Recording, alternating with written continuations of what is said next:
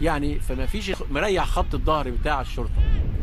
فاول وضربه حره مباشره، ومحمد ابراهيم بياخد تعليماته من فتح الله، وادي نور كمان اللي مستواه نزل بقاله ماتشين ثلاثه، وضربه حره مباشره لنادي الزمالك ومحمد ابراهيم. محمد ابراهيم وضربه حره ويلعبها حلو قوي قوي قوي قوي قوي قوي. شفتوا المهاره بقى؟ شفتوا المهاره؟ اقعد انت اضرب زي ما انت عاوز واجري زي ما انت عاوز، انما المهاره هي سيد الموقف.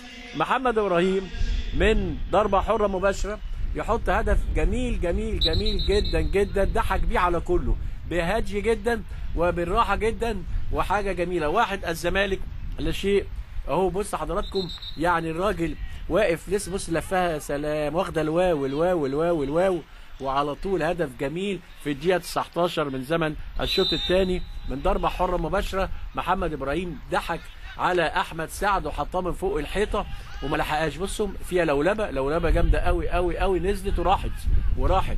هدف جميل واجمل ما في المباراه الهدف دهوت.